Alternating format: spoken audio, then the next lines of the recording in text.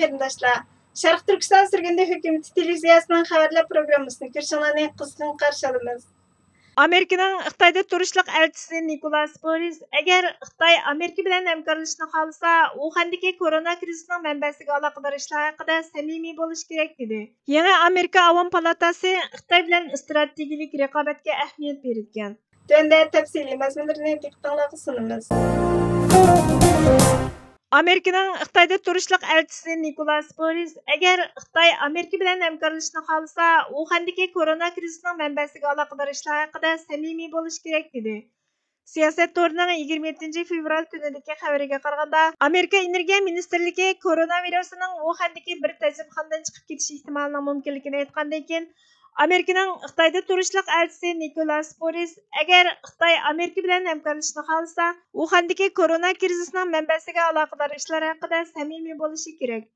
Xitoyning razvedka shari va Ukraina urushiga nisbatan tutgan pozitsiyasi biz bilan bo'lgan kelishimda intayin muhim dedi.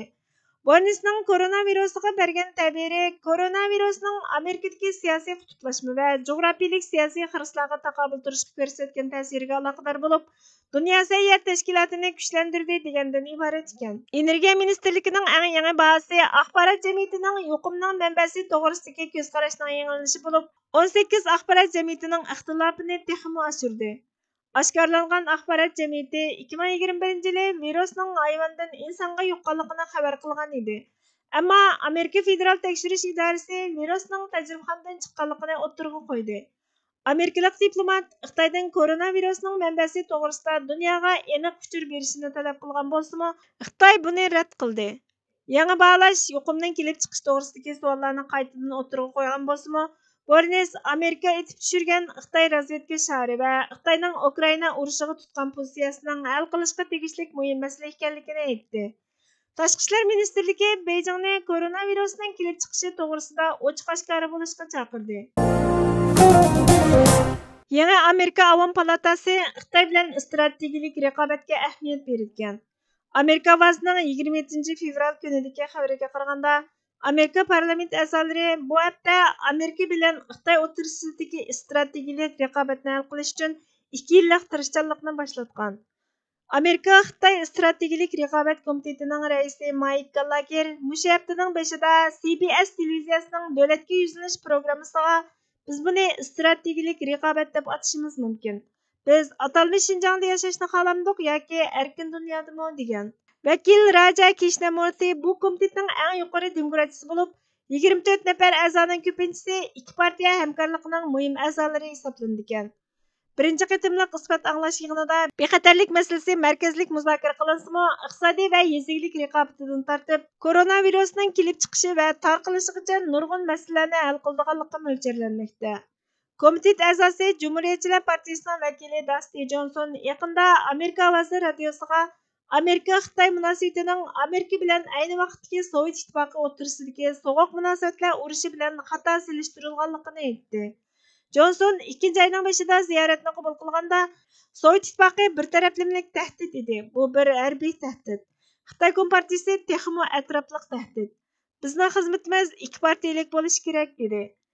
Yaqinda Amerikaning Janubiy Karolina dengiz qirg'og'ida Xitoyning gumonliq razvedka sharining etib tushirilishi Amerika xalqining Xitoyga nisbatan xavfsizlik tuyg'usining kuchayishiga sababchi bo'ldi.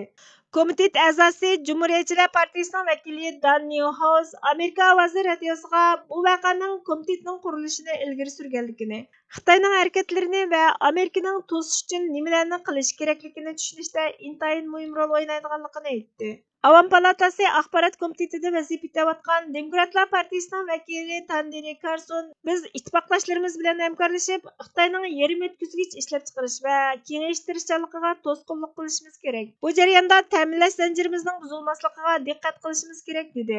Va yana oldingi qatordagi korxonalarga solgan Xitoy mablag'idan andish qiladiganligini bildirdi. Ittin neri tur. Abduri Burhan Muhammad. Köpni ko'rgan, hayotning turli sinoqlarida issiq sovuqlarni boshdan kechirgan bo'ri ota bolalarga hayot mezonidan o'g'it bermoqchi bo'pti. Kunlarning bir kuni bo'ri ota bolalarga hayot mezonining eng muhim darsini berish umidida ularni yig'ibdi. Böre ata ballarını elip vadidagi eng egiz tepelikka chiqibdi va ballarga pastdagi majralarga nazar silishga buyuribdi. Hamma ustida turib vadi ichidagi majralarga diqqat qilishga boshlabdi. Shu asnoda Böre ata avlodlariga shundoq debdi: "Ballarim, av qo'ylar to'pini ko'rdinglarmi?" Ballar: "Ha, ko'rdik." Böre ata: "Bilib qilinglar, qo'y go'shtining ta'mi lazzatli, yeyishga bakmi aplik." Böre ata so'zini davomlashtiribdi: "Yana av padichini ko'rdinglarmi?" Ballar: "Ko'rdik." Böre ata debdi: "Həppəlli, sizlar uning qo'lidagi kaltakdan nazar aylanglar. U ham xatarlik, ham og'riqi yomon." Böre ata shu so'zlarni qilayotganida eng kichik böre bolasi pastda lalmiliq qilib ketayotgan itlar to'pini ko'rib qopti va Böre ataga: Dada, qarang, av to'rt putliqlar hujub bizga o'xshaydi ekan, debdi. Buni anglagan Böre ata shu hamon tanbih beribdi: "Ballarim, mendan nasihat, ezib-tezib bu xildikilar bilan aralashib qolmanglar. Bundaqlarni araganmanglar, cho'qim yiroq turinglar. Chunki biz nima tortquliq tortgan bo'lsak, dal mushningdek bizga o'xshash ko'ringan, ammo bizdan bo'lmaganlardan tortib keldik. Alqissa, darvaqa nima tortquliq tortgan bo'lsak, bizcha so'zlaydigan, bizdan ko'rinadigan, ammo bizdan bo'lmaganlardan tortib keldik va tortishni davom qilyapmiz. O'zimizdan halqib, o'zganing mavjudligimizga qilayotgan xirislarga, zulmiga va mustamlikasiga qarshi o'rtaq saf tutishda zo'r putli kashang bo'layotganimi o'zimizdan halqig'idek bo'lolmaslikda. It bilan bo'rining farqiga bormaslikda. Farqini bilgan taqdirdami, bilib turib itqa bo'richa, bo'riga itcha muomala qilishda bo'lib keldi. Shalg'utlashish, saplashmaslik, suziklashmaslik, mavjudligini qo'mirib tashlag'ili bo'lmas yiltizga, mustahkam tutqiga ega qilib kelgan tükki prinsip, qoida arkan va unsurlarga ega chiqolmaslik, hatto ega chiqoladigan turib chiqmaslik, loyg'azal, betarafchilik, bir butun millatning tükki hayot falsafasiga ko'ra yashash va hayot mezoni tiklashdek aqlli talabga uyg'un inson bo'lish shartini hozirlamasliklar tirnoq ichida an'anaviylashdi. Aqlning ko'zi deb ta'riflangan atalar so'zidan, ularning izidan odamiylik mezoni, dunyo qarashi, aqida iymoni, axloq fazilatidan zarra yo'qmay va yo'qtirmayla kishilar to'piga go'yo qo'y qutan ichidagi to'piga qetilgan pardisda qetilib ketishdak tragediyani sezmay boshdan kechirish, ongsizlashga qarab yuzlanishlarmi oqibatda o'z to'piga xiyonatni pardozlab ko'rsatishdan hayiqmaydigan xoinlik, vatan satarlik, din satarlik, murtadlik va munofiqlikni go'yo fikr erkinligidek munozirlashib murassa qilishqidek tartishib chuvib o'ynashga bo'ladigan o'yinchoqdek qarashdan tap tortmaydigan nomussiz noahli tiplarning og'ushiga cho'ng bo'shliq yaratib keldi va kelmoqda.